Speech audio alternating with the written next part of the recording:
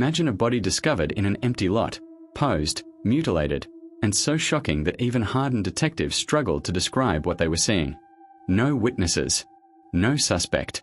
No arrest. Just a single image burned into the history of true crime.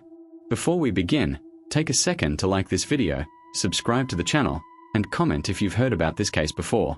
Because nearly a century later, this mystery still refuses to let go. This is the story of Elizabeth Short, known to the world as the Black Dahlia. In January 1947, Los Angeles was a city of dreams. Hollywood glamour. Big promises. Bright lights hiding dark realities. Elizabeth Short arrived chasing opportunity, hoping for a future in film. She was young, striking, and restless, moving frequently, relying on friends and temporary stays, never fully settling.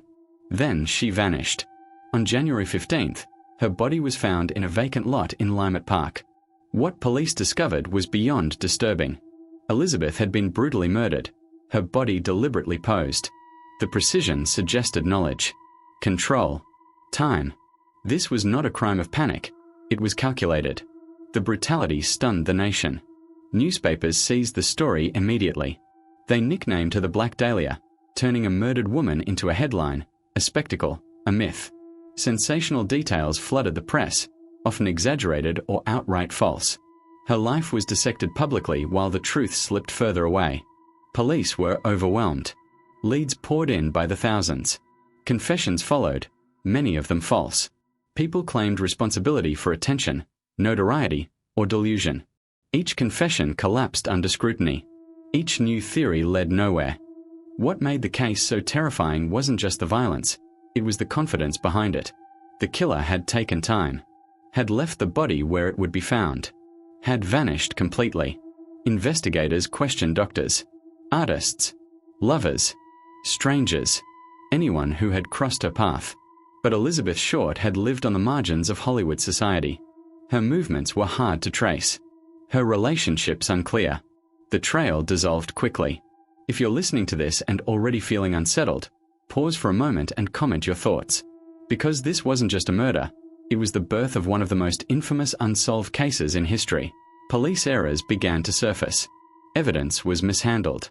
Crime scenes were contaminated by onlookers. Forensic limitations of the 1940s meant critical details were lost forever. Fingerprints, blood evidence, and timelines that might have mattered were compromised beyond repair. As years passed, suspects came and went. Doctors were investigated due to the precision of the injuries. Artists were questioned because of the posing. Former lovers were scrutinized. None could be definitively tied to the crime. Each theory explained one detail, but never all of them. The case grew cold, but the legend grew hot. Books were written. Accusations were published without proof. Amateur investigators pointed fingers, sometimes ruining lives in the process. Elizabeth Short became less of a victim and more of a symbol, a mystery frozen in time. If you're listening to this and feeling frustration, you're not alone. Take a moment and comment your thoughts. Because this part of the story reveals something unsettling. Sometimes, the louder the attention, the further the truth slips away. As decades passed, the Black Dahlia case refused to fade.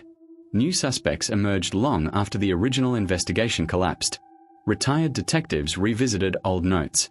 Journalists dug through archives. Family members of potential suspects were pulled into the spotlight, forced to defend people who could no longer speak for themselves. One of the most controversial theories came from within a family. A former police officer's son publicly accused his own father of being the killer. The claim gained massive attention, but once again, nothing could be proven conclusively. And this became the pattern. Every theory sounded convincing, until it wasn't. Each suspect fit part of the puzzle, but never the whole picture. The brutality suggested medical knowledge. The posing suggested artistic intent. The taunting letters suggested narcissism. But no single suspect embodied all three with evidence strong enough to hold. What made the case uniquely haunting was its timing. Post-war Los Angeles was overwhelmed by growth, corruption, and limited forensic tools. Police departments were stretched thin. Scientific methods were primitive. Opportunities to secure the truth were missed, and once lost, could never be recovered. Elizabeth Short's family suffered quietly through it all. While the world debated theories, they lived with a permanent absence. a daughter, a sister, a person whose name became a headline instead of a memory.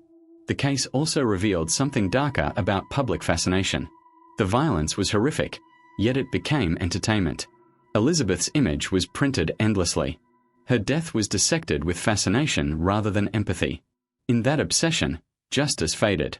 As the investigation slipped further into history, official effort slowed, but the obsession never did.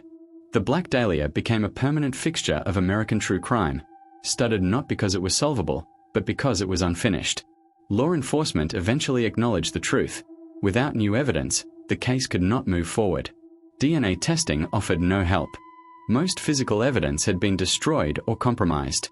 The crime happened too early in forensic history. That failure haunted investigators. Early mistakes sealed the case's fate. The unsecured scene, uncontrolled media, rushed handling of evidence. Once chaos began, it never stopped. Over time, Elizabeth Short became more myth than person. Facts blurred into fiction. Rumors hardened into belief. Attention didn't bring answers, it buried them. The final chapter of the Black Dahlia story is defined by absence. No arrest. No confession. No certainty. Elizabeth Short never got justice. But behind the legend was a real person. A daughter. A sister. A woman who hoped for more than the ending she was given. The Black Dahlia case isn't remembered for how it ended. It's remembered because it never did.